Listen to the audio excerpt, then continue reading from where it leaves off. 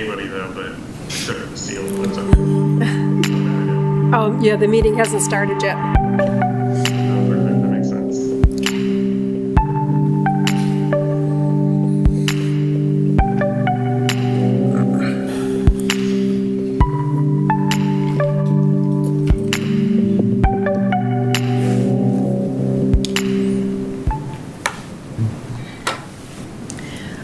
Well, I'd like to welcome everybody to the Sheriff's Office Retirement Plan Board meeting today, August 26th.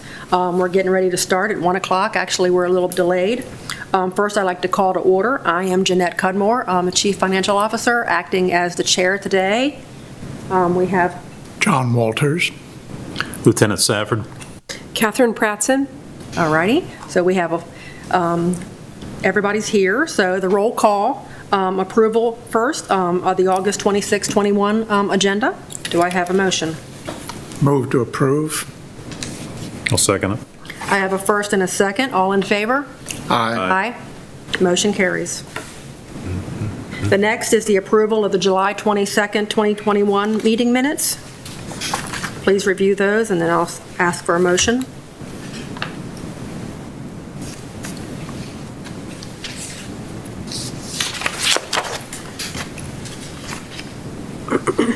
I move to approve as presented. I'll second it. Okay, I have a first and a second. All those in favor? Aye. Motion carries. Thank you. The next, we're going to start with Mr. Patrick Wing from Marquette Associates to go over the Q2 investment performance report, asset value update, the investment policy statement review, and then the next steps. Thank you, Mr. Wing, for coming All right. today. Great. Thank you, Ms. Cudmore, and good afternoon to everyone. It's great to see you again. So you should have received a packet. The top book in your packet is the performance report. So if you could all open that up and hop behind Exhibit 2. So skip Exhibit 1. That's just an update on Marquette. Nothing earth-shattering, business as usual. But behind Exhibit 2, you'll see the first page there is our market environment. So we'll begin there as we always do. As you know, we like to spend, 5-6 minutes talking about what's going on in the economy, what's going on in capital markets, really to provide context for how the pension performed the way it did during the quarter, and also how some of the underlying investment managers did. So we'll start here. This is page number 6. It says U.S. economy up at the top of the page. And when we think about what's going on in the U.S. economy right now, there's really 3 key themes. And I'll start with the first one. If you look at the top chart to the right, this is a staple of our reports where we're just showing simply U.S. real GDP growth. In that chart, the bars are showing the quarterly numbers. The orange line is the year-over-year number, and the striped bars all the way to the right there are economists' estimates moving forward. So if you look at those striped bars, you'll notice that after Q3, where economic growth is, at least at this point, projected to remain fairly robust, heading forward, economic growth is set to decelerate. In other words, the rate of change set to slow as we head into 2022. And a big driver of that, if you focus below on the bottom chart, is really the fiscal spending coming out of Washington. So we're all well aware of the historic measures that were taking place amid the pandemic.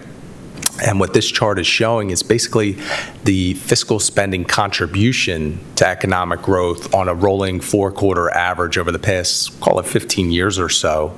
Again, the fully colored in bars are actual data, and then the striped bars are estimates through the end of next year. But if you look further to the right to those last fully colored in bars, you can see the support coming out of Washington on the fiscal side to support the recovery amid the pandemic and subsequent to the pandemic.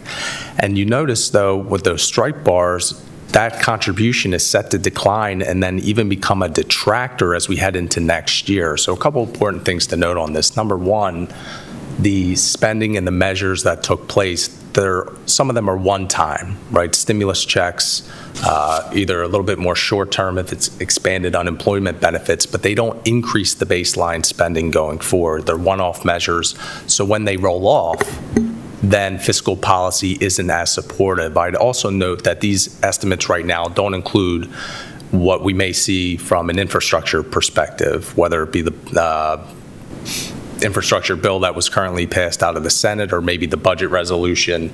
There's a lot of uncertainty around that, so they're not incorporated in here. So when we see the headwinds next year, it might not be as pronounced if those measures are ultimately passed.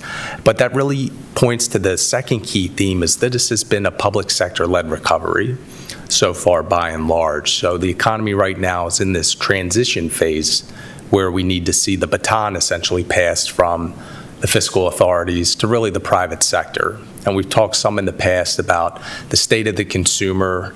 Balance sheets are reasonable given all the stimulus measures. The labor market continues to improve. But then on the other side of the coin, we're going to need to see some growth and economic activity on the private sector businesses, which we haven't yet seen at this point, given some global supply chain issues.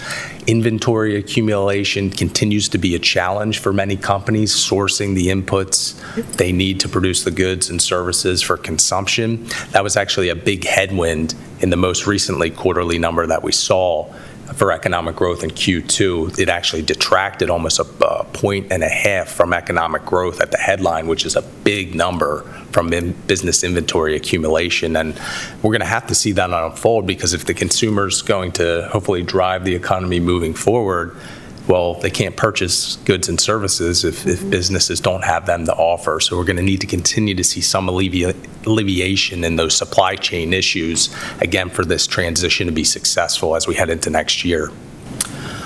On the next page, just talking a little bit about inflation, and I'm just going to talk about this at a high level. We spoke a lot about this at the last quarter, and not much has changed. We talk in the first bullet point there, when we think about inflation expectations, whether it be the market, the Federal Reserve, or consumers, right now most are expecting inflation to continue to remain stronger than we've seen over the past couple of decades, but then come back down in line with historical averages. And with the most recent inflation report that came out just about a week ago, we did see some moderation to the extent that the report actually came in line with expectations as opposed to being above it. And that was really a result of some of the temporary factors that were causing it started to alleviate, like a huge jump in used and new car and truck prices we saw at the wholesale level actually peaked and has started to decline. So over time, that'll begin to filter down into the retail level. So some of these temporary factors, we are seeing some alleviation. But importantly, as we think about more long-term issues around inflation, it's going to be very important to continue to monitor it. Does inflation in fact come back down to historical averages, or is it a little bit structurally higher than what we've seen over the past couple of decades? Because that will have a big implication for what interest rates do. And then what interest rates do can have a big impact on what other asset classes do, and then what happens within those asset classes. In other words, the relative performance of, say, growth stocks versus value stocks in the U.S. and non-U.S. markets. So inflation and rates continue to be key components to keep an eye on moving forward. And I'll talk a little bit more about what happened to rates in the second quarter and the impact in the U.S. equity market in just a minute. But if you could please skip ahead to page 9. Page 8 talks about the global economy, and I'm going to weave in some comments when we talk about asset class performance here on page 9. But if you could focus on the chart to the right, the first 3 rows there show regional equity performance. So we'll start with the U.S. U.S. markets had an extremely strong quarter, once again up more than 8%. As investors continue to price in the unfolding economic recovery, but perhaps more importantly, it's been a very strong environment for corporate fundamentals, corporate earnings. They've come in well above analyst expectations, so that supported the equity market to a great degree, not only in the current quarter, but also year to date so far. Now, if you look below U.S. equities, you see international and emerging market equities. And to circle back to what I mentioned a second ago about the global economy, you could see those markets did well, but they underperformed the U.S. And we would largely attribute that to a less successful vaccine rollout, less successful economic reopening in other areas of the world than in the U.S. So while those equities made money on a relative basis, those COVID concerns weighed on those markets relative to the U.S. Below emerging market equities, you see U.S. bonds. It was really a mirror image of what we saw in the first quarter, where rates moved up rather notably, putting pressure on bond prices. Rates came down in the second quarter, particularly in June. So rates came down, bond prices went up, and what pressured rates was, perhaps no surprise, some increasing concerns around the Delta variant. Economic data started to come in a little softer than expectations, so interest rates for treasuries and safer type bonds came down, putting upward pressure on prices. And then beneath that, you see high yield bonds. So again, these are bonds that are more speculative, issued by lower quality type companies that carry more credit risk, but it's not surprising to see them outperforming those U.S. bonds that are investment grade, safer, more conservative, given how well equities did, which are a very risky, volatile type asset class. That's what we would expect. Now, within the fixed income, for some context for the pension fund itself, if you recall, we made some changes earlier this year to lower the duration of the fixed income portfolio. In other words, lower the interest rate risk within the portfolio. So in the first quarter, that was very helpful as rates rose. In the second quarter, that was a headwind since rates came down. But at the same time, the active managers within fixed income managed to outperform their respective benchmarks. So they were able to actually more than offset that headwind from falling rates. And we'll see that data in just a minute here. The last thing I want to mention on this page, if you look at the bottom two rows, number one, commodities were up north of 13%. They were the best performing asset class, and there are no commodities in the fund. There wasn't prior to our engagement, and we don't recommend commodities. There are none now, and there won't be in the future given the newly approved asset allocation. But I mention it because it's in the current policy statement. There's a 4% target. So having no allocation to that asset class was a headwind. Since it was the best performing asset class when we look at relative performance, obviously that would be a detractor for the fund's performance relative to that policy index, since it includes commodities. And lastly, there you see REITs up 12%, really the second best performing sector, and I'll make some other comments around that when we get into the fund's results. So if you look at the next page, dig a little bit deeper into U.S. equity markets, and then we'll wrap up on fixed income on page 11. In that first bullet point there in the top left, the last sentence, we note that energy and the REIT sector were the best performing sectors within the U.S. market. Now, at a broad level, or the broad market, those two sectors don't comprise a large portion of the index, but they're a much bigger portion of the small cap universe. So when we see the small cap manager performance shortly, they're generally a little bit more defensive, meaning they hold underweights to those two more cyclical, volatile sectors. So that was a little bit of a headwind for them. But at the same time, like I mentioned a second ago, when interest rates came down, that was a boon for larger cap companies, more growth-oriented companies that did very well during the pandemic. So, the Facebooks, the Amazons, the Apples, the Microsofts, the Googles. So large cap, more growth stocks outperformed. And when, again, circling back to the pensions allocations, within the U.S., there's a little bit more allocated to large growth than to large value. So since large growth did better, that was a little bit of a tailwind. And it's a similar story when we think about the non-U.S. equities as well, as far as the growth value divergence and having a little bit more in assets in the growth international manager relative to the value one.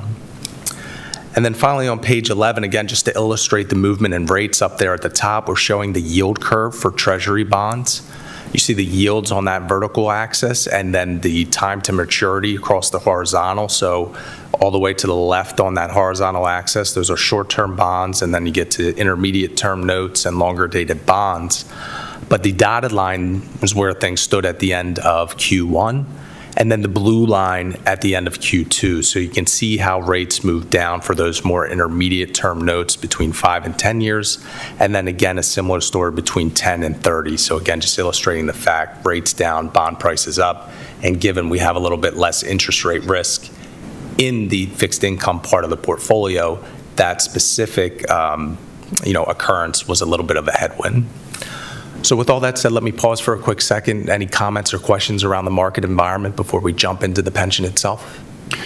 A couple of pages back, you used a term I'm not familiar with, sticky CPI and flexible CPI. Is that what used to be known as headline and core? No, actually, Mr. Walters is referring to the top chart on page 7. So this is a really interesting chart. This is data put out by the Federal Reserve Bank of Atlanta. So basically what they've done, based on the broad headline consumer price index, which includes food and energy, they've split that basket into 2 buckets, one called flexible and one called sticky. So the flexible basket is comprised of goods and services whose prices change pretty frequently. So think, car prices, leisure hospitality prices, things at the commodity prices, things of that nature. Whereas the sticky component is comprised of the other goods and services whose prices change rather infrequently.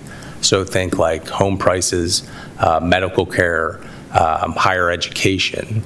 Now, those prices have been rising faster over time than the other goods and services, but it's a steadier sort of increase with less volatility. That's why it's called sticky. But this chart, which is pretty interesting, if you look back, we can break it into 2 periods here. Before the early 80s, when you look at the late 60s, 70s type period, that flexible basket was sort of a leading indicator for the sticky basket, sort of rising before and then falling before. But once we got into the early 80s, really the Paul Volcker era for the Federal Reserve, what you can see here is even though that flexible basket, we've had a lot of short-term bursts and then drawdowns and inflation, the sticky component has remained fairly consistent over time. So this is another key thing to be aware of moving forward. Again, you can see that flexible component jumping almost off the chart at the end there. So if we see the sticky ones start to follow suit, then that could be our first sort of signal that inflation's becoming a little bit more structural than we've seen in the past couple of decades. Thank you. You're welcome. Any other comments or questions before we move on? Okay. So if you could hop behind Exhibit 3 now, please, to page 16 after that cover page. We'll start with a high-level overview, just some brief observations, and then we'll get into the data itself as we move forward here. So at that top bullet point, you can see the market value of the pension at the end of June was $131.2 million. The portfolio had an investment gain of $5.8 million and the return of 4.6% net of fees versus that policy index of 5.3. And I'll speak to those differences in just a minute. And I outlined a couple of them already in the market environment. Before getting there, though, again, it's always important to remember that sub-bullet point there. So for the private market investments, the private equity, credit, private real estate, those are reported on a lag. So we have that data now as of 3/31, but we don't have the 6/30 values yet. And it's important because I'll show you in a few minutes the revised Q1 return, right? So when we met in June, I think, we reviewed the Q1 numbers. We didn't have the data. Now we do. So it's important, I think, given that it comprises a material allocation within the fund, to take a step back and review, well, when we got those numbers, how did they impact the returns? Again, that comprises about 12.5% of the total fund. So in those next 2 bullets where we talk about attribution, again, this is explaining the difference between the fund return and that policy index return. So when it says positive, that's what was helpful. So we had outperformance by the non-U.S. equity active managers, by Millennium, the hedge fund manager, and by the active fixed income managers. On the negative side, it was predominantly asset allocation, as I've listed here. So number 1, a bit of a cash overweight. If you recall, when we were talking about liquidating those old private REITs and where the money would go, we started that process in March and then ultimately came to a destination later in the quarter. So the money was sitting in cash for a bit, which has earned 0 and has earned 0 for quite some time. So that was a little bit of a headwind. You see real estate structure there. As I talked about previously, there's a little bit of a disconnect between how the funds are invested versus how we're benchmarking them. So when we think about the real estate component, 2% of that, or almost 25% of the whole real estate allocation, is in the private investment. So we don't have the data yet. But the benchmark itself is public REITs, which were up 12%. So when we have a 0% return for 2% of that bucket and it's benchmarked by something that was up by 12, then obviously that's a little bit of a headwind. And then finally, the commodities underweight, like I talked about, there's a 4% target in the policy index. There's no allocation there. They were up 13%. So having an underweight to that asset class also was a bit of a detractor. Now, if we shift gears on page 17, we'll start getting into the data itself. And again, this is Jump in for just a second. Oh, I apologize, yes. For the commodities, you would not recommend an investment? No, so for commodities, there's a couple of things to be pretty aware of. Over the very long term, commodity prices tend to decline because of technological advancements, human innovation, things of that nature. So even though you see oil prices now at $70, in inflation-adjusted terms, they haven't increased for a century, right? And that's the similar case with many other commodities. So over the long term, the expected return is basically zero. However, when we think about when we want to protect against inflation, like we talked about in previous meetings, what could some of the asset classes be to do that? Well, that's things like real estate, infrastructure, Treasury inflation protected securities that have much lower volatility but can continue to give us that exposure if inflation picks up, more protection. And the other thing that I should mention around commodities is that they're extremely volatile. So the returns are usually pretty low, but the volatility is usually a little north of equities. So from a risk-adjusted perspective, they're just not a great fit. As we believe they're not a great fit. There's other things we can use to play the same role in the portfolio. So given the report on commodities that we just saw, that's when people get sucked in. Yes, we as humans and investment consultants are not immune to this by any stretch of the imagination, tend to chase performance, right? So, instead of selling high and buying low, we do the opposite of that.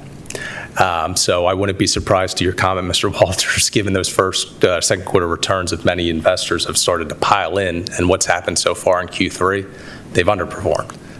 Now, Commodities have? yes. Yeah. Yes. Interesting. I just wanted to memorialize the concept there. Yes. So again, on page 17, this is more of an executive summary, and then we'll dig down into the data itself. But we'll start at the top with the summary of cash flows there. You can see all the way to the left at that top table of the second quarter, we began with $124.5 million.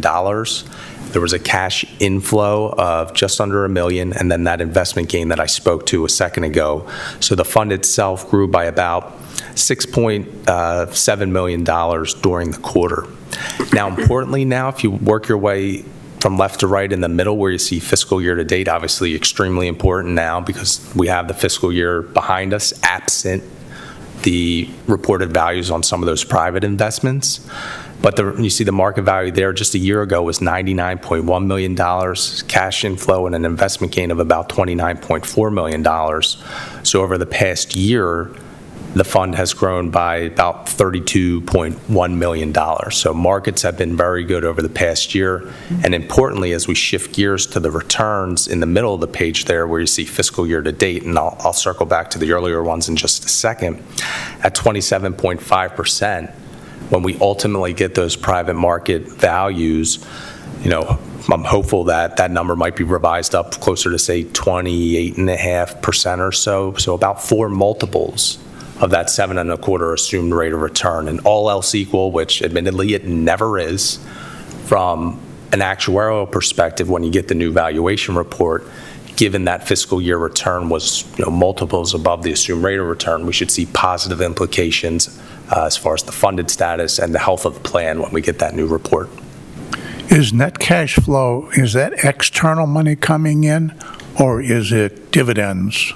It's actually external. So what that is the county contributions, member contributions, net of benefit payments and any other expenses. So right now, when you think about the fund as a whole, I think the 1 year, due to seasonality, is good to look at. At least over the past year, there was $2.7 million cash coming in aggregate. So right now, like I talked about maybe at the last meeting, even over the next 10 years, based on Bolton's projections, the fund is still projected to be cash flow positive, which again, lessens that risk of having to sell something at the wrong time to meet cash needs. So when some of our private investments mature, will that be considered external money coming back to us? No, because it's investment already held within the Okay. fund. Yep. But we will show the cash flows for the individual investments in just a page to give you All more right, color but- around But that. it's all buried down inside what we're doing now? Yes, sir. Okay. And Pat, just to clarify, that fiscal year-to-date return of 27.5 does not include the second quarter for the private funds? Yes, that's Okay. correct. So that you can think of that as a preliminary number. So at the end of the day, given what we saw in public markets, where equities were up big, riskier fixed income did well, REITs Real did estate, well, right. then typically what we see on the private side, we should see positive returns from there as well. So again, my comment about ultimately we expect that to come in around maybe 28.5%, I think is a good estimate. And About a whole point. Yes, About sir. a whole point higher. Yes, sir, and I'll start, when I show you the revised Q1 number, that was actually revised higher by 1.2 percentage points. When you compound a higher number even too, it might be closer to 29 at the end of the day. So we'll have great. those numbers at our next meeting, or I'm sorry, at our next quarterly review, I believe, in November, that would be. So we'll talk more about the returns in just a second here. We'll show you the peer rankings, but what I did want to point out, the asset allocation versus the targets below, if you look all the way to the right there, that's showing the dollar differences. So when you see a positive number up top, what that's saying is U.S. equities are overweight relative to their target by about $8.7 million. So we have overweights to equities, but importantly, that's being sourced from the alternatives, from hedge funds, from commodities, which are very similar from a risk-return profile. And then more importantly, this is essentially where we're going, right? The hedge fund allocation's coming way down, commodities are going out the door, the equity allocation is going up. So this is more consistent with where we're going to eventually end up. So if you can skip to the next page, on page 18, it'll give you just a market value summary of the fund over the past 5 years. And again, investment returns have been very strong. You can see the net cash flow in, we'll call it tan, at the bottom of the chart there has been positive. So given the net cash flow coming in, market gains, and that money compounding over time over the past 5 years, the fund has almost doubled in that time period.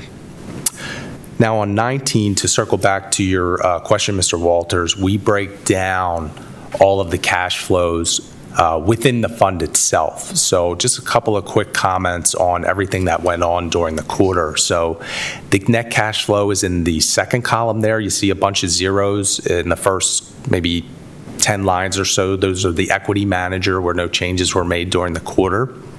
Where you see the first three negative numbers, those were the private REIT investments. So the approval for liquidating them was in Q1. We got the docs in, and then the money came back in Q2. And then if you look all the way to the right, you can see the dashes there, so they're fully liquidated. Beneath Starwood, where you see negative $691,000, that is also a private REIT called Blackstone Brief. That was one where we couldn't get out immediately because it's already liquidating.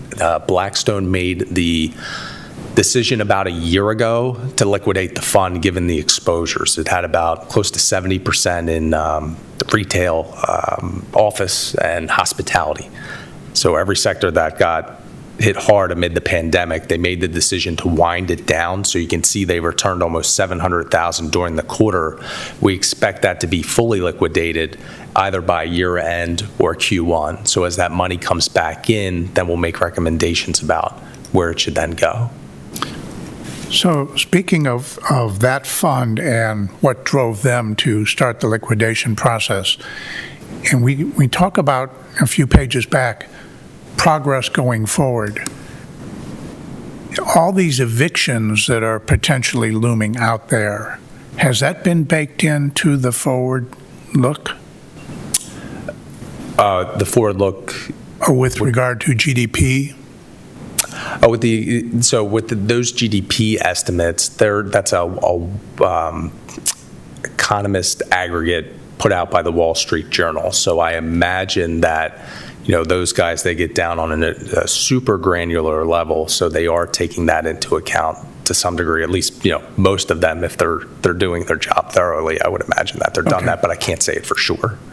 All right. So that drag is probably reflected in those far-out numbers. Correct. Got it. Thank you. You're welcome.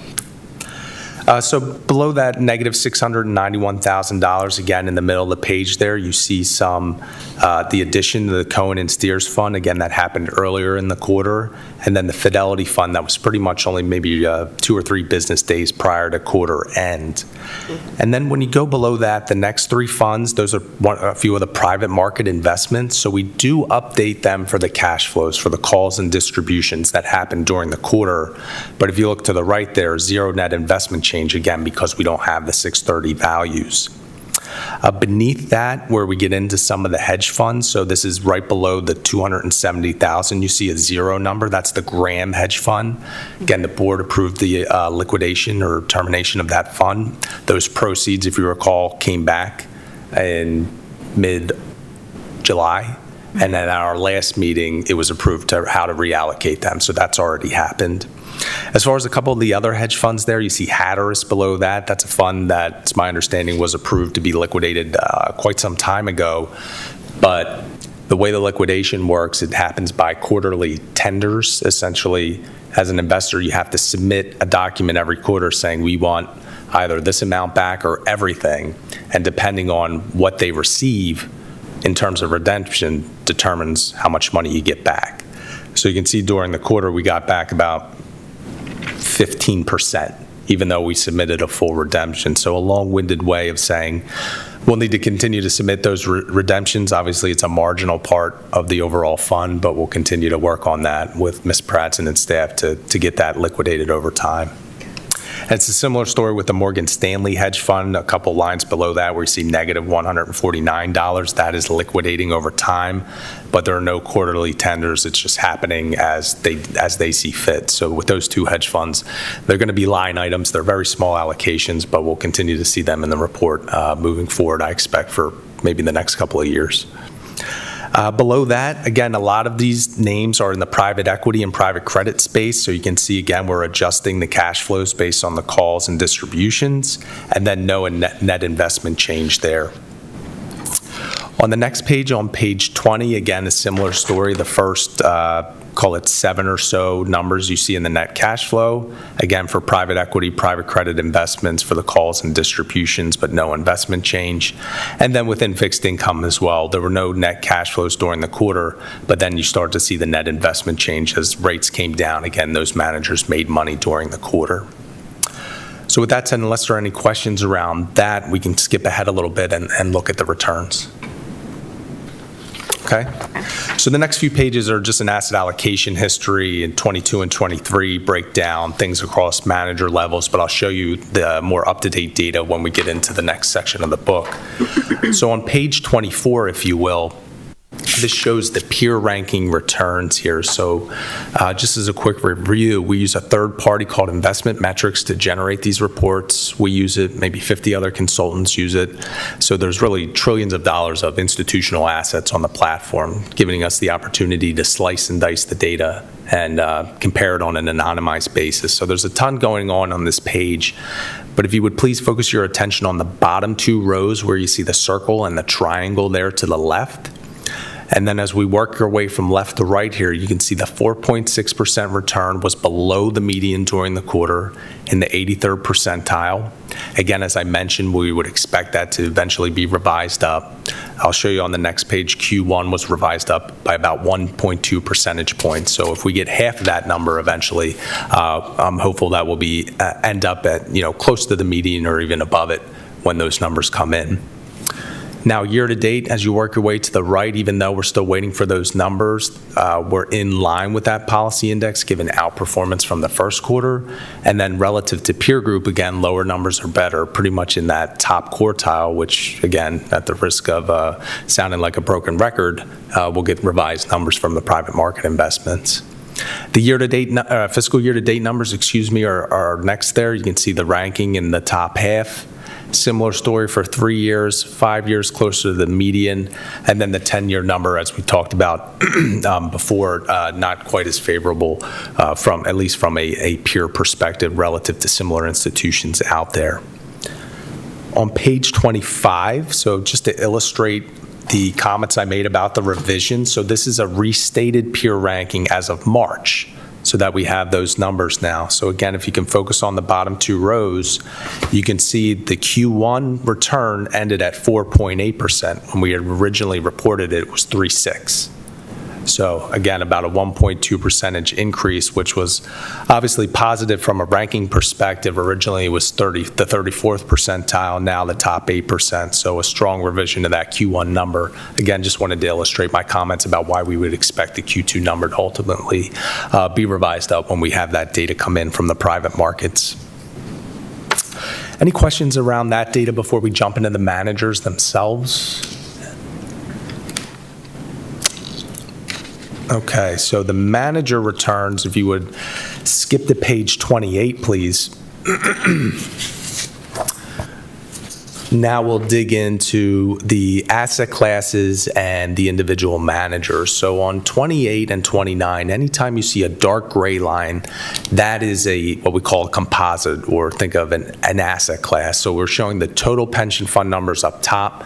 Those are the same that we just walked through. So then we break things down into each individual asset class. So the next one is the total equity composite. So that's a weighted average of the U.S., international, developed, non-U.S., and emerging market returns.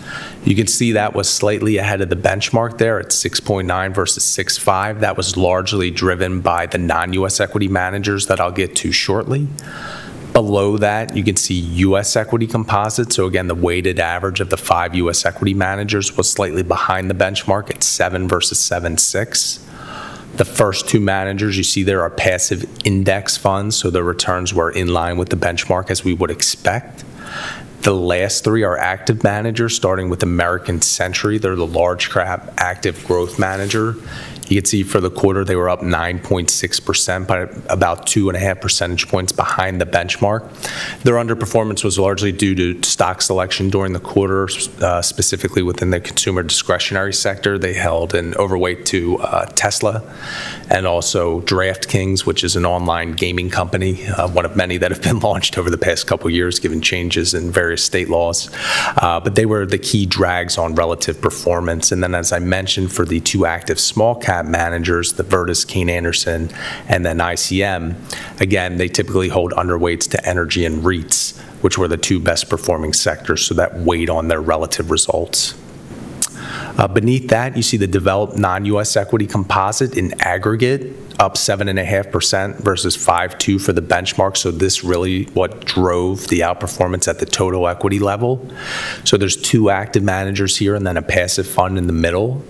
Both active managers outperformed, starting with Schroders, which is the value manager. They were up 5.7% versus 4.3 for the benchmark.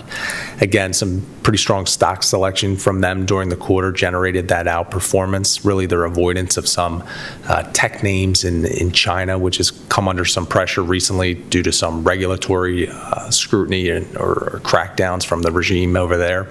But that Schroders avoiding those names was helpful from a relative perspective. And then all the way at the bottom there, you see PGI, Jennison International Opportunities. That's the International Growth Fund, and you can see the very strong return during the quarter. Really, they hit on all cylinders, whether it be stock selection or their various sector allocations, was very strong during the quarter. And then again, as you put those 3 pieces together, that's what drove the outperformance of that asset class relative to the benchmark. So on page 29, just some comments around emerging markets. We can skip over. That's just an index fund. You can see the open-end real estate. So again, that Blackstone Real Estate Income Fund is the first one listed. So it did generate a decent return during the quarter. But again, that's going to be winding down over time. But as you work your way from left to right, you can really see the impact of the pandemic once you get past the fiscal year from the 3, 5, and 6 inception. Those sector allocations, which may have been working okay in the beginning, just got decimated amid the pandemic and therefore generated the Blackstone decision for an orderly liquidation of the fund, which again will hopefully be complete by early next year at the latest. We'll talk about the closed-end real estate investments when we get to those specific private market pages. But if you look at the hedge fund composite below that, you can see Graham first. They did underperform during the quarter. Again, they are gone right now. That's been liquidated. The Hatteras Fund, again, a marginal allocation. They did quite well, but they're only managing $30,000 right now, so a marginal impact at the total level. What really impacts now these days is Millennium. So you can see they were up 3.4% ahead of the benchmark there for the quarter. And as you work your way from left to right, you can see the fairly consistent results from Millennium over time relative to the broad hedge fund universe. See private equity below that. Again, we'll circle back to that in just a minute. So if you could shift to page 30, just as a quick comment around the fixed income managers, which you'll see in the middle of that page, the fixed income asset class or composite was up 2.5%, outperforming the benchmark. So again, even though rates coming down were a headwind, the three active managers there, you see Delaware, Loomis, and Lord Abbett, each decently ahead of their respective benchmarks, particularly Loomis. So despite that headwind from rates falling, those managers, which are typically overweight the areas that did well, like corporate bonds, like high yield bonds, that was a tailwind for them. So that tailwind, their outperformance, managing to more than offset that headwind from falling rates during the quarter. Any questions about any of that before we look at the private markets data on the next few pages? Yes, sir. In all of these pages in the upper right-hand corner, performance summary net of their individual costs, or are your costs included?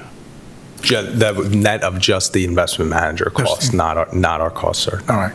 Does that include custodial? No, it does not include custodial costs either. The custodial costs for an investment manager, is marginal, I would say. What we could do, if the board would like, we do have certain clients, when we get to the fee page, we list the manager costs, but happy to, add a line for hours and the custodial costs, so the board would have a better or more complete picture of the total cost for the funds itself. So I can I'd do be that. in favor of that. I don't know about anybody else. Good idea. Sounds Okay. great. Thank you. Okay, just bear with me for a quick moment as I make a note there. You're right, kill John. I'm sorry. Kill John. That's mental note. Okay, so on page 31, again, just as a quick overview of where things stand. So the first table there, you can see the headline up top, the closed-end real estate composite. There are three managers in there. What I want to draw out is a couple of things. If you look in right under that header and then where you see commitments, again, giving the board an idea of where things stand, there are $5.5 million in aggregate commitments to these funds. About $3.5 million of that remains outstanding. So I should have done the math before, but I'll call it about 60, but maybe about 2/3. And the reason behind that, if you look at the vintage years to the left, that's essentially the inception date of the fund. So they're very early in their life cycle. As you work your way from left to right, you see performance there in those three columns. Just mention quickly, per Mr. Walters' request, at the bottom of this page, you will see definitions for all those three metrics. Again, the most important one here is that IRR to the right, which is a return metric. It is different than the returns on the previous pages, and the reason behind that is because the previous pages are time-weighted returns, which remove the impact of cash flows, because we as investors control those cash flows, when to add money, when to take it away, so the manager shouldn't be penalized for a decision that they don't control. Now, in the private market segment, the IRR is a return metric, but instead of being time-weighted, what it's called is dollar-weighted, meaning that since the managers control the cash flows, that should be taken into consideration. So what happens is when they have more money, those periods will be given a greater weight in this calculation than when they have less money. Again, because they're controlling the cash flows, that should be incorporated into how they're evaluated in that metric. So you can see there, by and large, in the blue line, the total IRR is a little more than 9%, and we're not showing it for a couple of the funds there because it doesn't become meaningful really until after a couple years, because those managers start to call money, they start to make investments, but the pool of investments is very, very small and not all that meaningful, and they haven't had the opportunity to try and make the improvements and things like that. So once they get to 2 years, then you'll see the number for the individual managers. But again, in aggregate, around 9%, that's a little lower than we would typically like to see. You know, again, anytime you look at private markets, you have to tolerate more risk, and mainly in the form of illiquidity risk. So you want to be compensated for that. So we think about real estate or liquid real estate over the long-term return in the sort of, 9-ish% range, that we would want this to compensate us, 3 or 4 percentage points above that. So again, these are earlier in their life cycle. This IRR went up from when the last time we met because they're a little bit more mature, and we would expect continued improvement over time. But ultimately, we really want to see it in sort of the 11, 13% range. Now you see private equity composite below there. Again, just a quick review of where the commitments stand. There's $14 million in aggregate commitments. Unfunded is about 7.5, so closer to 50%. I could do that math a little bit more quickly. But then as you look your way all the way to the right, again, from an IRR perspective, so the dollar-weighted return, the really only outlier here was that first Morgan Stanley fund all the way back in 2007, where the IRR is sub 5%. The rest of the managers sort of in the, low double digits to, high teens or even low 20s. And then in aggregate, in blue on the bottom, around 15.5%. So that's pretty close to where we would want it to be, sort of in between, 15, 17%. Because again, if we're going to tolerate that illiquidity, we want to be compensated more for what we can get in the public markets, which is generally, say, 9 to 10% from equities. And what is our total cash position now? The total cash position is actually shown on page 30, where you see the cash equivalents composite all the way at the bottom there. And if you work all the way from left to right, you see the $3.6 million. And this is at the end of the quarter. I'll show you the more up-to-date numbers. But it's at 2.8 percentage points. It was a lot higher during the quarter until we made that investment in Fidelity towards the end. But it's at 2.8% of the total pension as of June. So I know this isn't going to happen in one fell swoop, but we've got 3.6 in hand in cash now, and we've got obligations. What page are we on? We've got obligations in uncalled money of about 10.9. And they will be occurring over time, but not with a specific periodicity. Is that correct? That's correct. The way the calls happen are at the discretion of the manager. So the frequency is not set in stone. They don't call X amount in any given quarter, but there is a window for when they would have to call all of the money. So within the first 3 years, excuse me, I'm misspeaking a little bit.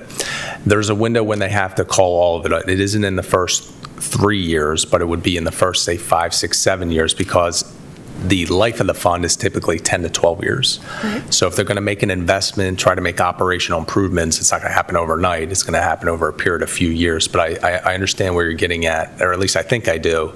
If we think about that 10.9 million, I think you mentioned it, and I don't think that includes the private credit on page 32, which would add another 1.7. You could expect that money to probably be called over the next 2 or 3 years. So we don't have the coverage for that now, but as we continue to meet over time, and say if cash is dwindling because of calls, then we'll be making recommendations to the board about where to generate the money to fulfill that calls, or sort of, build that cash buffer back up in anticipation. So when we get a call, how far ahead, or how much time do we have to pay up? It's like getting your credit card bill. I got 28 days or whatever. Oh, I wish we had 28 days. It's usually 8 to 10 business days. So what we do is Ms. Pratson and myself get notices of the calls and when they're due. And then on our end, we take a look at what the cash is available. And essentially, we've never run into an occurrence where we're saying, uh-oh, we don't have enough cash here for a call. So there's usually always enough cash to meet those calls. And if the money's at Morgan Stanley to do that, then they just debit the account. And if it funnels through Wells Fargo, then I work with Ms. Pratson to submit a letter of direction for them to wire the money. But the cash on hand is also obligated for retirees, is it not? But with all these private funds as well, we're receiving distributions. Correct. So And what, is it to the tune of what, almost 2.3, 2.5? Yeah. right, so far. cash is going out over time, and it's also coming back in. And then to circle back to, maybe 5 or 10 minutes ago, the fund itself is cash flow positive. So in just the last quarter alone, almost $1 million came into the fund from the county, from the participants, net of what went out for benefits and any expenses. So without trying to put a specific number on it, are we at a point yet where maybe we ought to be very gently increasing the cash position? That's a bad question. Yeah, so I think so. With a 2% cash target, the quick math on that is sort of about $2.6 million. That buffer, if you want to call it that way, I think is more than sufficient, given we meet regularly, to ensure that the cash is there when they happen. Except that we don't know when it happens.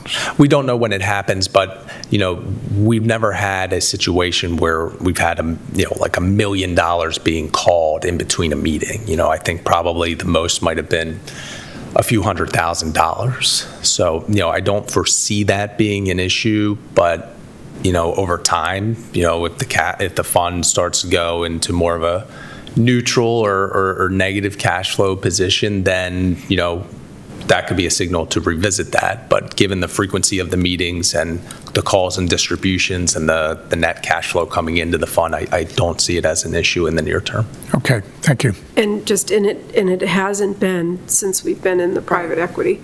We've never run into an issue with that. And that's also what the other plans that we're into. Right. We've been okay. Right. Right. So definitely need to be thoughtful about how much cash we have, for the reasons you're outlining specifically, but as you know, it's a balance, right? Because there's an opportunity cost. Too much on the sideline, you're giving up the growth. Right. Not enough, you get in a cash crunch and you got to sell something you didn't want to. Exactly. So I think, I think the 2% target, which is what the newly approved target was for the asset allocation, is a good number right now. But like we talked about when we ran through that exercise, this is something we'll continually look at, probably every year to make sure it's still appropriate. Okay. Right. Sure.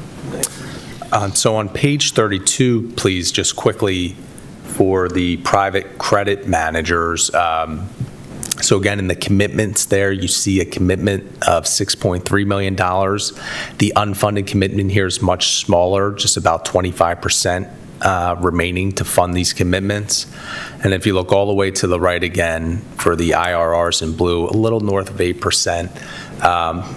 That's probably on the lower end of the range of where we would want it to be, probably closer to 10, 11%, but similar to the private real estate. If you look at the vintage years all the way to the left there, these are newer type of investments. So over time, those IRRs should, or we would expect them to increase to hopefully get back in that range of what we're looking for from those investments. But wouldn't, by the nature of it being credit as opposed to the equity side, shouldn't we expect it to be a little lower?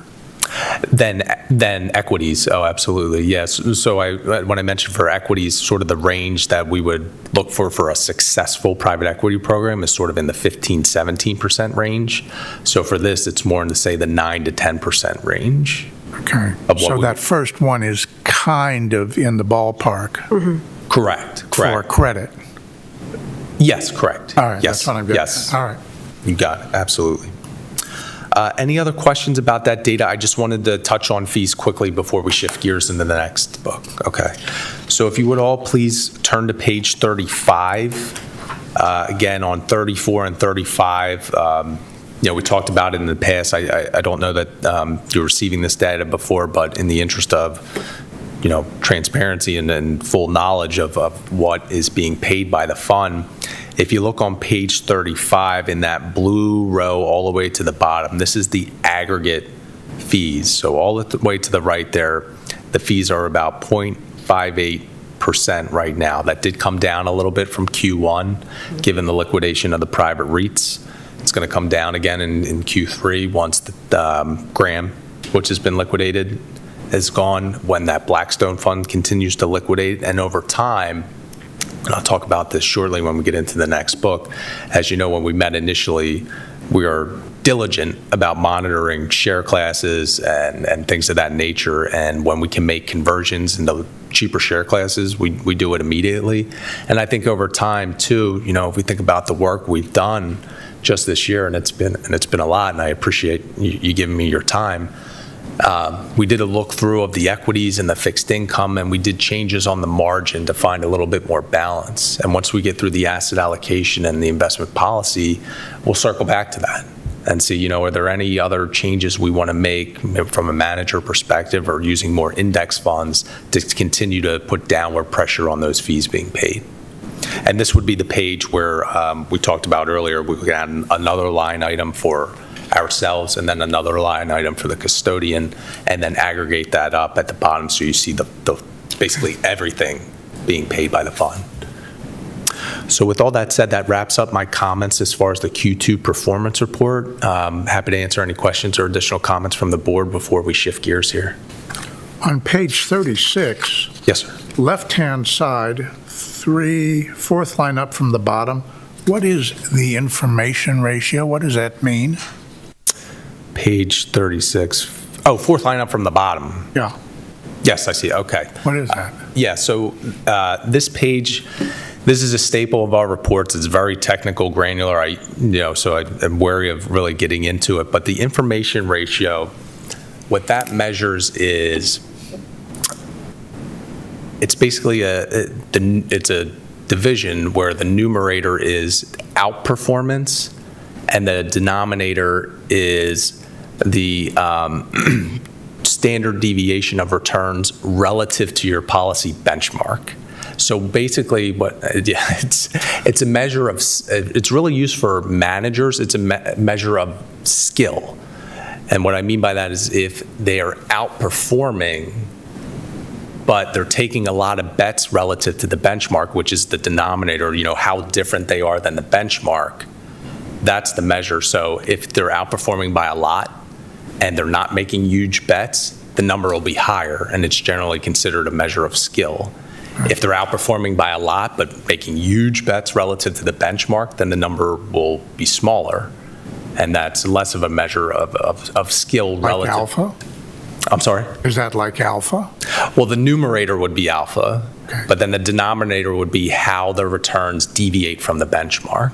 Got Yeah. it. At the total portfolio level, or this is actually total equity, it's a little less of an important measure. It's really for individual managers themselves. Okay, so should we hop to the next book? Okay. Sure. Great. So behind the cover of the next book, behind the cover page, again, just the things we're talking about as outlined in the agenda there. You see the asset value update, investment policy statement, and next steps. So if you could hop behind that first exhibit there, just the asset value update, and we're calling it that as opposed to recommendations because we don't have any recommendations for the board to consider today, but wanted to show you where things stand and make just a couple other quick comments. So this is on page 4, where you see fund allocations at the top. If you look at the table there and work your way from left to right in that third column for total assets, this is the value of the assets as of a week ago. So it's about $550,000 higher than at the end of June. Markets have been pretty flat since the beginning of Q3 through the end of last week. This past week notwithstanding, which has seen a pretty big rally, but that's not incorporated in the data here since it's a week old.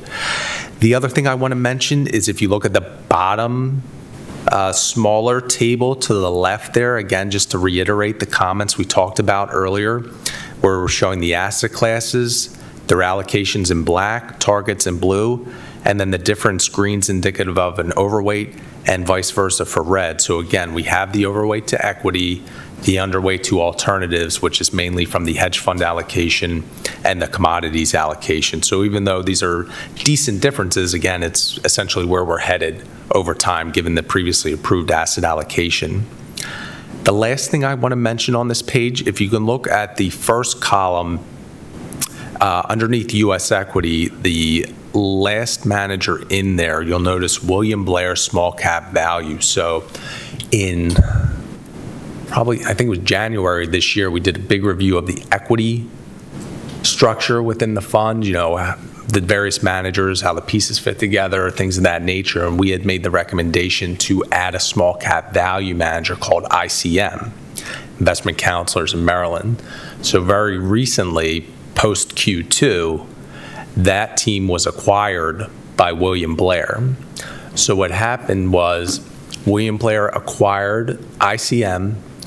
That team is now running under the William Blair moniker, but that's all that's changed is the brand. It's still the same team, the same process, same philosophy, which is extremely important. Anytime you have an acquisition, it's something you want to be keenly aware of. But so far, what they have said was going to happen has happened to this point. Same team, same process, same team members. And just to echo my comment a second ago about fees, when they made the transition, previously there was only an institutional share class available. Now that it's under the William Blair sort of branding, there's an R6 share class available. So we made, I'm using we loosely, working with Ms. Pratson, she submitted a conversion letter to Wells Fargo for the cheaper share class earlier this month. So the fee came down from 89 basis points to 85. So it's a little cheaper than it was earlier. But I wanted to bring that to your attention of the change in just branding. But also, we're going to continue to monitor that extremely closely to ensure that what they've told us was going to happen, which has to this point, continues to happen. As you look at William Blair as a standalone firm, would they be by themselves in line with how we're supposed to be thinking and how you're thinking about them? So right now, they've captured somebody and no change.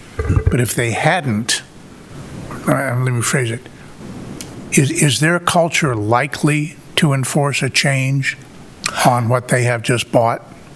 So we've been led to believe so far the answer is no. So the impetus of the acquisition was that William Blair, which is a large shop out of Chicago, actually, didn't have a very successful value franchise, and they were looking to essentially make an acquisition. So they wanted to target somebody who's had long-term success. Better to buy one than grow one.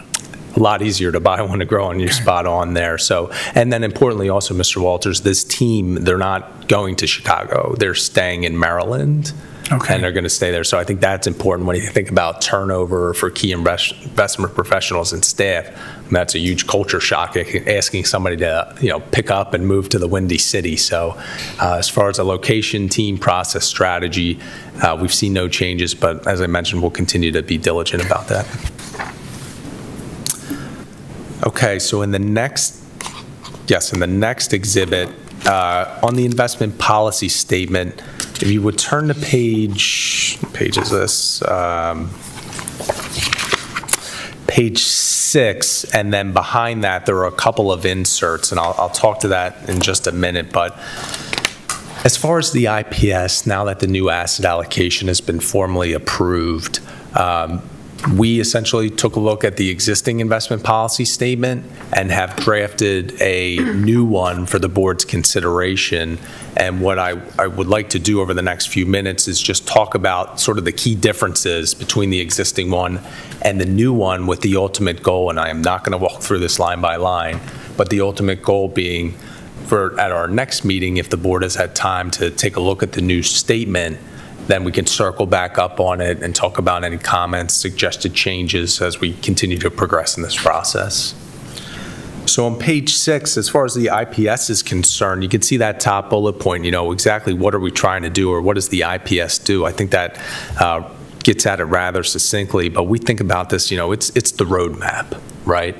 It's going to answer the key questions of what are we trying to do, how are we trying to do it, why, and who's responsible for what. So at the end of the day, if we have say a new trustee comes onto the board, they can take that document, read it, hopefully digest it, and have, maybe not a complete understanding, but a good foundation to be able to answer those questions. And with that, you can see the last bullet point and those sub-bullet points, what the new draft covers, all of these segments, which many of which are in the current IPS. One thing that was a little lacking that is added is the standard of care. So think about prudence, conflicts of interest, and things around that. How to act if there is a conflict needing to be disclosed, things of that, or even the appearance of a conflict needing to be disclosed. But by and large, a lot of this information was in the existing statement. We've carried it over. I think we made it a little clearer, more concise, and I'll speak to that in just a second. But the main addition was that standard of care. So behind that page, you'll find two documents.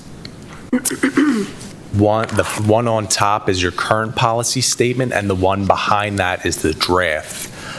You'll probably notice if you hold them in two hands, the current one's a little heavier than the existing one compared to our draft in an attempt to make things a little bit more concise. So I'm not going to walk through the draft today. Again, I think it's important for the board to read that at your, when it's convenient for you, and then circle back next time. But importantly, I wanted to walk through the current statement to highlight some of the differences you could expect to see. So I've literally highlighted these things. So you see on page 1 there as far as the IPS outline. So this is covering many of those major themes that we had bullets on the previous page. However, you can see here it's an IPS outline. Where these things fall within the document, you would have to thumb through. So we have a table of contents in our document. So it says, these are the items, the sub-bullet points. So if you're only interested in learning about one or two things, you will easily be able to find that. And the other quick thing about this is one of the reasons this document is very, very long is that there's a ton of definitions in it. So within fixed income, there's more than 3 pages on what various bonds are, right? So from our perspective, we're more of a policy document, not, say, a dictionary, right? So obviously it's incumbent upon us to, provide that education to talk around these issues, but we think it's more ancillary type unnecessary language because it's not policy itself. And that's a big reason why the proposal is about a third shorter than the existing document. So if I'm not making any comments on various sections, it means this is largely translated into the new document because a lot of the important issues are already in here. But if you look on page 2, again, some of the things I've highlighted specifically around number 1 there, when we're talking about goals and objectives. So number 1, which you could, if you just read it in order, would seem to be the primary objective of a return in excess of the annualized inflation rate. Well, it's not really a relevant benchmark per se. It doesn't necessarily have any bearing on the success or the fund itself, right? So the most important bogey is actually number 2 there. Meet or exceed the assumed rate of return. So in our document, number 1 is that actuarial assumed rate of return, right? That has the biggest impact on the long-term success of the fund. The other thing I've highlighted in that section where you see provide an unbiased approach to manager selection, evaluation, selecting, things of that nature, free of conflict, is that when we get into the rest of this document, it talks a lot about board responsibilities, and it says the board is responsible for X, the board is responsible for Y and Z, and that's very, very true. But in our document, we qualify it to some degree. It says the board is responsible for this with the guidance, education, recommendations of the consultant, right? So we're saying, obviously the board is the ultimate decision maker, but, they're using the investment consultant's recommendation to get to that endpoint. So I think it's very important to have that language in the document because it is a part of the process. And at the end of the day, that's how things unfold.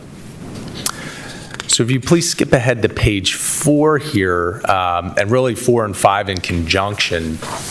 So where I've highlighted on the top of page 4 the strategic asset allocation table, and then at the top of page 5 the allocations and the targets. So right now you see on page 4 you have all these targets at a very high level, and then on page 5 it's a little bit more granular, and then you have the benchmarks. In the new document, it's all in one table. These are the targets, these are the ranges, these are the benchmarks, and you can find that actually at the very end of the document of the draft on the back, and we include it as an attachment because a lot of the language in an IPS doesn't change all that much over time as far as responsibilities, what we're trying to do at a very high level. What does change tends to be asset allocation based on market conditions, based on the health of the fund. So if we do amend the policy, it's much easier than changing the body of the text to just swap out, the amendment, the attachment at the end. So that's a little different, hopefully a little bit more clear and concise. Then on page 4, you see number 1 there highlighted. The way I read this is it says, these ranges apply to investment managers at the time of purchase. So what does that mean? The cost value, right? So if we have a manager in the fund that was 15 years ago and we invested $1 million, but maybe they're managing 5 today, what's more relevant? The 5 that they're managing today. Cost really isn't a key component of the consideration when we're talking about returns and rebalancing and exposures. It's how much money they have today. So anything around rebalancing will be a market value in the new document, not necessarily cost. If you could skip ahead to page 6, please, for the next highlighted section. And one of the things we do to make things more clear and concise, you can see highlighted prohibited activity, right? So this is extremely important. Not only what's permissible, but what's not permissible. But prohibited activity is listed multiple times throughout the document, right? So again, in an effort to be more clear and concise, we have all the prohibited activity in its own distinct section in the book in the new draft. Now, on page 8, just another quick comment on prohibited activity. Again, this is within the equity segment.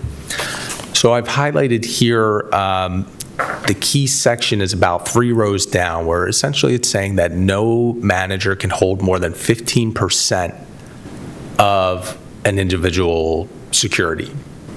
So based on the markets, how we typically phrase this is a manager can hold no more than 5% or 1.5 times the securities allocation within the benchmark. And the reason behind that is depending on what part of the market you're talking about, benchmark composition can be very, very different. So in the small cap universe, securities typically don't make up more than 3% of the index.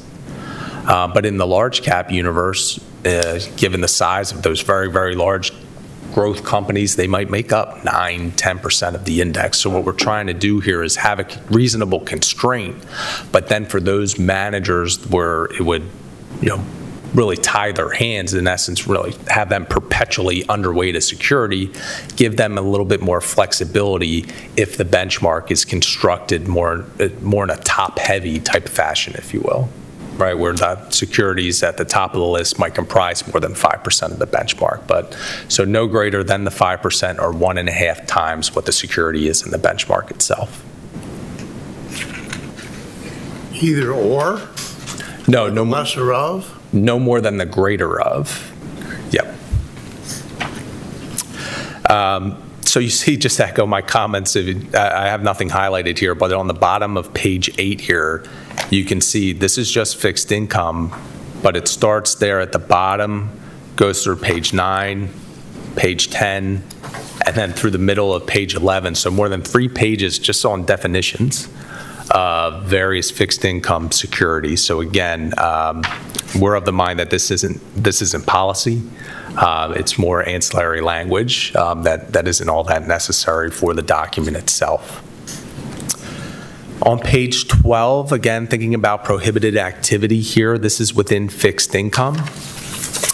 You can see this language is verbatim for the equity segment, but within fixed income, there's an issuer out there that issues a lot of debt, the U.S. Treasury and government agencies. So you would be hard-pressed to be able to construct a conservative or reasonably conservative fixed income portfolio without allowing more than 15% in Treasury or government-backed bonds. So what we do in the fixed income language is actually we say no more than 5% except for Treasury bonds and government bonds, because again, they comprise a large portion of the universe, and if you're going to limit that, then what you would have exposure to is a lot more credit, mortgage-backed securities, maybe commercial mortgage-backed securities, and it would be very, very risky if you have this constraint. And then one other quick thing I'll mention here, on page 13, 14, 15, this talks a lot about alternatives. So again, in the alternatives, there's a lot of definitions here. In the new document, you'll see, we have some descriptive analysis, but it's more geared around to, what is the purpose? What are we trying to do? What's the point of having these investments? And it's a little, I think, hopefully you'll find more clear and concise. And then again, as I mentioned on page 18, where it talks about manager search selection, monitoring watch lists, again, it says the board is responsible for this, but we have language that says, yes, the board is responsible, but with the help and guidance of the consultant, because that's really how we operate. So those were the key highlights I wanted to point out with the current document. Hopefully you'll see that the new document, as I mentioned, is a little bit more clear, concise, digestible. But it's my hope that, everyone will have a little bit of time to give it a read. And then when we meet next meeting, we'll talk about any suggested edits, changes to the document as we continue along in the process. I'm ready. I'm sorry? I'm ready. You're ready? You're ready. You already read it. Marked it up. With the, right, understood. Well, I thought that was what we were supposed to do. Of course. Any other questions or comments? And we'll just wrap up here quickly with next steps. Just briefly like to go against the grain here Yes, on sir. the new document. Yes, sir. I know that it's built in, this will be reviewed every so often, but boards change and the level of involvement or experience with all this stuff changes. So I, for one, would be an advocate of having somewhere, even as an appendix, some definition, some kind of broad definitions of what goes on within these various asset classes. I understand that it's not policy, but for somebody new coming onto the board, I was at a board meeting about 2 weeks ago, and somebody says, I don't understand any of this. And we were talking about the same stuff. Well, maybe if we had definitions of what it is, we could cut down a little bit on the normal lack of information or understanding that goes on with change in people that are on boards. It's a perfectly reasonable request. Typically, it's not industry standard, but if the board wants to head in that direction, we can, we're happy to do that. But to your point, I think that'd be good as an appendix Right. rather than in the body of the document. Actual policy, right. And the other thing that I noticed in prohibited transactions, the couple that I made notes on, I would not be in favor of doing anything that says it's okay to have cryptocurrency. So to add that, Yeah. sure, I think that's And reasonable. nothing that says it's okay to dabble right now based on current laws in the cannabis industry. We can certainly add that. I know Ultimately, that varies from state to state, but on the federal level, as I understand it, it's still a no-no.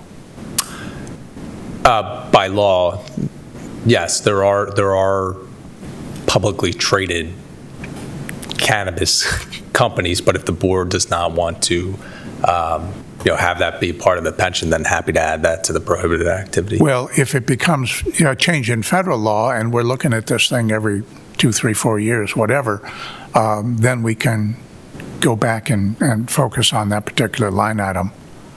Absolutely. I think that's reasonable. I think I got more, but that's all for now. You just lost me for a minute. So is it against federal law to invest in a cannabis company? Right. No, It's not. to consume the Right, product. right. Yeah, I think that's what you're getting at, Mr. Walters, Prohibition, correct? Sorry, It's against federal law to consume cannabis, not to invest in cannabis companies, obviously.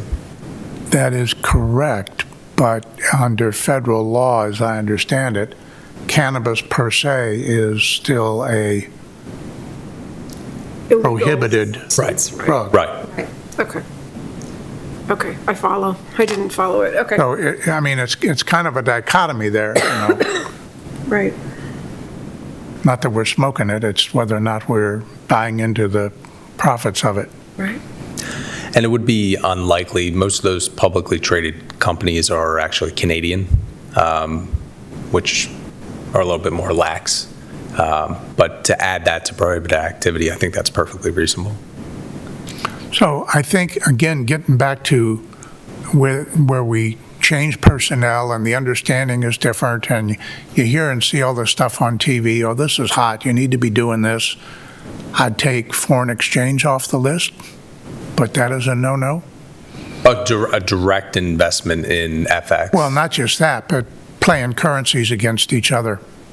A lot of the international managers will use currency hedging to some degree. I would say more do than don't these days. But they're doing that down inside a broader fund, right? Oh, yes, I'm sorry. I thought that's what you were referring to. No, I'm talking about getting into betting the yen against the euro or whatever. Right. Yeah, I think that's reasonable. We would never make that recommendation, but if you want it memorialized, absolutely. Well, just looking at, shall we say, past history, sooner or later, there'll be a different board, and maybe there'll be a different advisor, I don't know, but somebody will come up and say, you guys need to be doing this because this is really good. Mhm. And I'd just rather block it out going into it. Sure.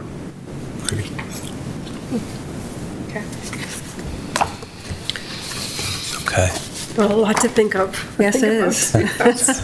So given that we're all going to have kind of different points on the new document that we do or don't believe in, how do you want to handle this? Well, perhaps we can send comments to Catherine to funnel to Pat. Sure. Any other changes that you feel that you might want to have in the document?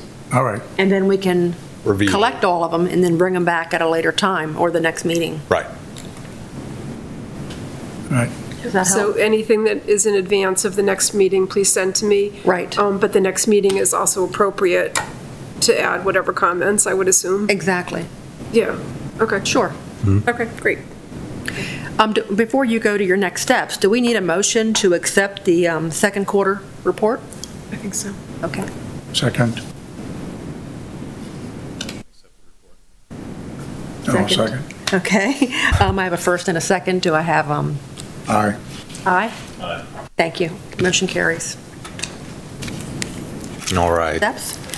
All right, so to wrap up here again, behind the last exhibit as far as next steps here on page 8. So as far as next steps, we've talked a lot about this already. I think it's just important to set expectations about, each meeting and what's coming down the pike. So obviously we'll have some recommendations if any rebalancing is warranted. Also, in accordance with the new investment policy statement, there were some new asset classes approved, namely global infrastructure. So we'll be providing some information around potential managers at the next meeting. We don't, since the new asset allocation was formally approved, I don't think we necessarily have to wait for the IPS to be approved because that'll be a process in and of itself. We can do it concurrently to kind of speed up the process to ultimately get to where we need to be. Obviously, the IPS will circle back once we collect all the comments, and we'll review those. And then finally, on the custody RFP updates, we've been making some progress there. We have a team, voluntary and involuntary maybe, to start to look at that. But the plan with that moving forward is they've been working, behind the scenes with Ms. Pratson on the timing, developing a draft of the RFP, when it's going to be posted, procurement, technical evaluation, pretty much the process. And I believe Ms. Pratson has a more detailed outline of the sequence of events and the timing of all that. Thank you, Pat. And I apologize, I'm reading an email here because I don't remember. But our goal is to have the RFP posted by mid to late October, with the response due toward the end of November. 4 to 5 weeks, I think, will be the window. And then the Technical Evaluation Committee would receive the information mid-December. The idea that we would get it back mid-January for a contract award and transition of the second quarter of 2022 is the goal. Now, we would need to be sensitive to and aware of the principal transition, and right now, that is slated for President's Day weekend of '22. So we will keep that in mind as we go through this. Okay. If it's urgent to transfer before, we will. If it makes more sense to transfer after, we will. If principal wins the award, it may not be an issue, but we'll be very mindful of that throughout the process. Right. John Walters has agreed to represent the Sheriff's Office plan on the committee. Pat will lead the committee. I am on the committee. Joy Sapp, who is the accounting officer, is going to represent finance. And as I mentioned earlier, has extensive experience with banking. Yes. For county government. She manages account receivable, account payable, payroll, intimately involved with banking services for the county. So I think she'll be a strong asset. And then we've asked Marion Murray, who is a citizen member of the LoSAP and OPEB board, but I have not heard back from her. So I'll be able to confirm whether she can participate or not tomorrow, because we have board meetings tomorrow. So, and with that, on we go. Right. No. So then the subsequent meetings you see there are mainly, a lot of things that we'll cover at the next meeting, continued recommendations, IPS review and update as needed, and then custody RFP updates will keep everybody informed of the progress there. But with all that said, that wraps up my comments for today. Happy to answer any other questions or comments from the board. Well, I thank you for your presentation, and I guess I'll see you tomorrow. Bright and early. But any other questions? So we'll move forward then to the committee reports. Sheila? We have 2 invoices. Please use a microphone. Okay, we have 2 invoices, one from Bolton Partners, Inc., and there's a breakdown of what each individual services were obtained. And then the total for Bolton was $1,434. Whiteford, Taylor, and Preston, their services from July 1st to July 31st consisted of a quadro review, and that was $712.50 for a total administrative report of $2,146.50. Thank you. Do I have a motion to I accept? move to accept as presented. All righty, I have a first and a second. All in favor? Aye. Aye. Motion carries. Thank you, Sheila. Then we have public comments. I don't see anybody out there. Neil, do you have any comments? No? Okay. So now I'd like to take a motion. May I jump Yes. in? I'm sorry. Sure, Thank jump you. in. I just wanted to add a couple things. So we had a benefit calculation that was inaccurate. And Bolton, it was caught, and Bolton revised it. Okay. First time that that had occurred in 7 years. But needless to say, it raised a lot of concern with the sheriff's office representatives and members of the sheriff's office. And one of the feelings around it was, was the pay scale increase managed correctly? And you may recall that I think it was in 2019, the sheriff's office pay scale was increased dramatically. Mid-year. Mid-year. So what we asked Bolton to do, and we provided them a list with everybody that retired from that point to now, and we asked them to recalculate and verify that all the benefit payments and the benefit calculations were accurate, and they were. So they verified, yep, for all four. There were 4 people that retired, and all 4 of them are accurate. What about the online portal? Is that checked too? Was using the accurate information? Yes. It is. Yep. We'll verify that, though. And then another question was, the plan summary states, and the plan states that the benefit can't be more than 80%. But there was a question about unused sick leave. And so Bolton confirmed, and I'm going to read it because I want to make sure I'm accurate. The benefit is calculated disregarding the credit for unused sick leave. It is then capped at 80% if necessary. Finally, credit is added for unused sick leave. So that's why, in some examples, it can be more than 80. So that is true, then it can go higher than 80 with Depending. the sick leave. Yep, and it's going to depend on the participant's circumstance. Right. So it can exceed 80% of final average pay because of credit for unused sick leave. Which is not a part of the actual calculation. Right. So, and what I was speaking with Sergeant Safford about earlier is that people are starting to ask questions about joining the drop and then potentially some of these benefit calculations. And would the board agree? And I think he and Sergeant Moses will earn its lieutenant. I'm sorry. We have a promotion in our midst. Oh. Excuse me. We need to update our... I know it. I'm sorry. But he and Sergeant Moses may come back and... Lieutenant Moses. He's promoted to Also Lieutenant Lieutenant. Moses. With questions.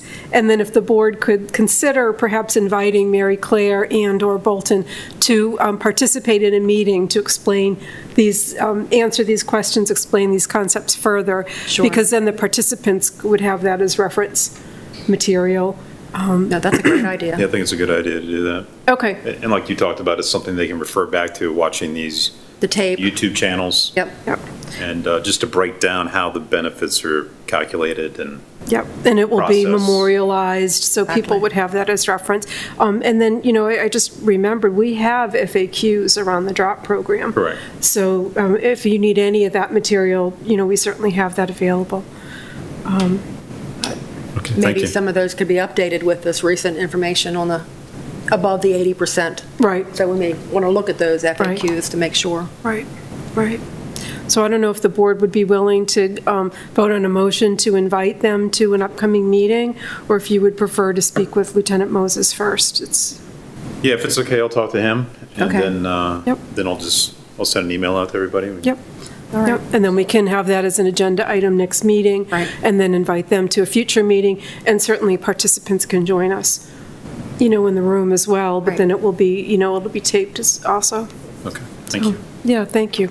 And that's all I have. Thank you. All right. So I think we had a first and a second. All those in favor? Aye. Aye. Meeting adjourned. Thank you.